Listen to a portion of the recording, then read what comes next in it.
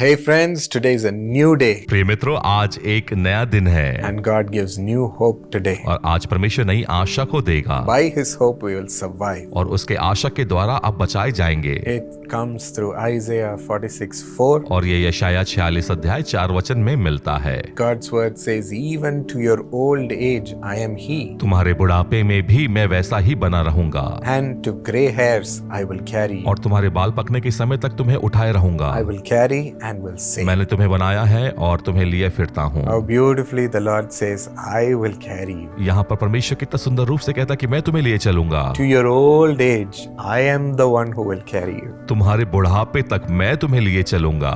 We have safe arms to protect and carry us. हमारे पास एक मजबूत बाजू है जो हमें सहारा देती है, सुरक्षा देती But है। you might say the situation is not looking like that, brother. लेकिन आप कह सकते हैं कि भाई परिस्थिति तो वैसी बिल्कुल नहीं है।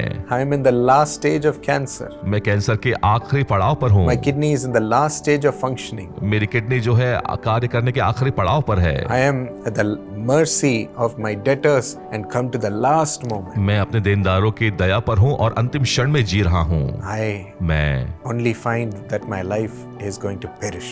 मैं सिर्फ जानता हूँ कि मेरा जीवन समाप्त होने जा रहा है। How can God carry me? परमेश्वर किस प्रकार से मुझे लिए चलेगा? My friends, when my grandfather's organ was failing and in the last stage, और अंतिम चरण के समय मेरे दादाजी के जब अंग विफल हो रहे थे, the doctors were giving up hope. और डॉक्टर की आशा चली गई थी, My grandfather called my grandmother, मेरे दादाजी ने मेरी दादी को बुलाया, set our house's affairs in order, और घर के सभी मामलों को व्यवस्थित किया।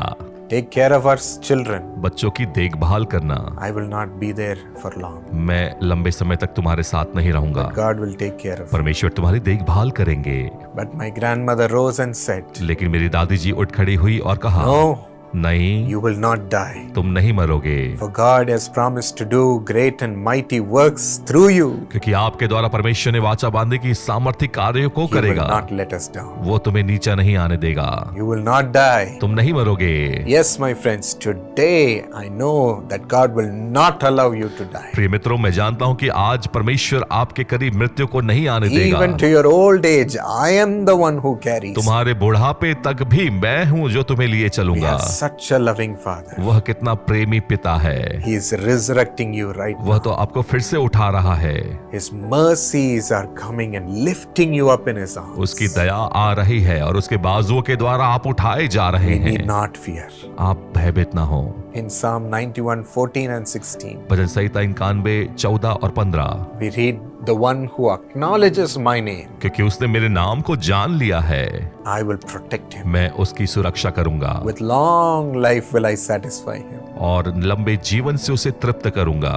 Yes, those who acknowledge, search for the name of God and run for His name. और जो उसके नाम के खोजी हैं और उसके नाम को जानने के लिए दौड़ते हैं, Oh, the Lord will carry them unto long life. और परमेश्वर उन्हें लंबे जीवन में लेकर चलेगा। He will protect them वह उनकी सुरक्षा करेगा and accomplish His will through them. और अपने योजना को उनके द्वारा पूरी करेगा। So come into the arms of इसलिए Jesus. यीशु के बाहों में आ जाएं। Shall we give ourselves to Him? आइए अपने आप को उसे समर्पण करें। Thank you for your resurrection power, Lord. आपके पुनरुत्थान वाली सामर्थ के लिए It is धन्यवाद। coming into the body of your children, आपके संतानों के शरीर में यह आ रही है, coming into their heart, उनके हृदय में आ रही coming है, into every situation of death in their life. हर एक मृत्यु की परिस्थिति में आ रही है। Yes, my friends, you will not die. हाँ मेरे मित्र, आप नहीं मरेंगे। As the one who has conquered death is coming into you. जो मृत्यु को जीत चुका है वह आपके पास आ The रहा one who है। resurrected and came to life is coming into you.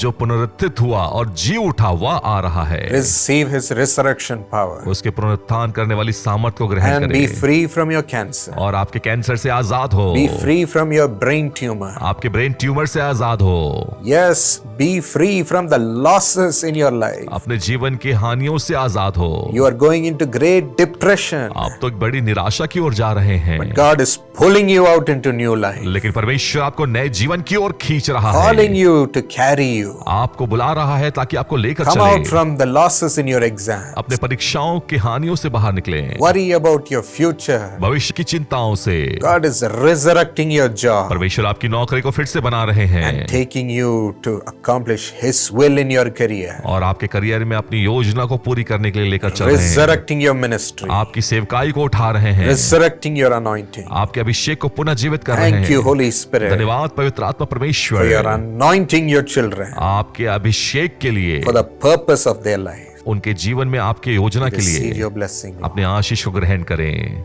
Thank you for carrying us in your arms and giving us long life. धन्यवाद परमेश्वर अपनी बाहों में लेकर चलने और लंबी आयु को देने के लिए। In Jesus' name. यीशु के नाम में Amen. आमीन। Yes, my friends, God will carry you. हाँ मित्रों, परमेश्वर आपको लेकर चलेगा, Don't worry. फिक्र ना करें। Today I remember my Aunt Angel on this birthday of hers. और आज मैं अपनी आंटी एंजल को स्मरण करता हूँ उनके जन्मदिन पर। She's a seed of blessing to us as the third generation and to many people. और वह तो एक सेविकाई की बीज है, हम जो तीसरी पीढ़ी हैं, We honor her sacrifice. हम उनके बलिदान का आदर करते हैं। And we remember the 11th year of the Israel Prayer Tower. और इजराइल प्रार्थना भवन के 11वें वर्ष को हम स्मरण करते हैं। Thank God for this worldwide mission to prepare the world for the second coming of the Lord. हम धन्यवाद देते हैं इस पूरी दुनिया की सेवकाई के लिए जो सभी को तैयार कर रही है परमेश्वर के दूसरे आगमन के लिए। Pray for this mission of Israel Prayer Tower. Israel प्रार्थना भवन के इस उद्देश्य के लिए प्रार्थना करें। God bless you. परमेश्वर आशीष दे।